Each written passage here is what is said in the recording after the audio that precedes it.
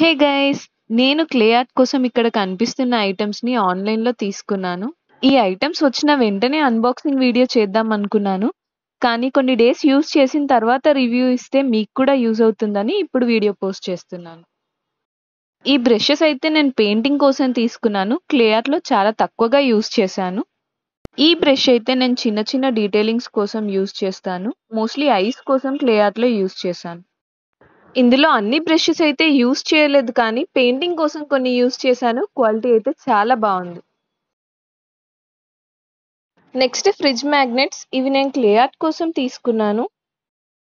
ఈ మ్యాగ్నెట్ చాలా థిన్ గా ఉంది. మనం ఏదైనా హెవీ ప్రాజెక్ట్స్ చేస్తున్నప్పుడు దీనికి వచ్చిన గ్లూతో స్టిక్ చేస్తే సరిపోదు, మళ్ళీ అడిషనల్ గా గ్లూ అప్లై చేయాలి.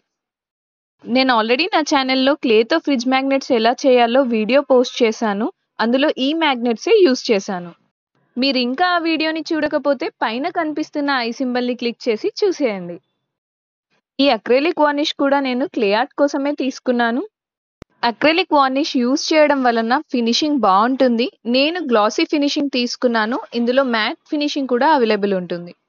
అండ్ ఈ వీడియో మీకు నచ్చితే వెంటనే నా ఛానల్ని సబ్స్క్రైబ్ చేసుకొని పక్కనే ఉన్న బెల్ ఐకాన్ని క్లిక్ చేయండి.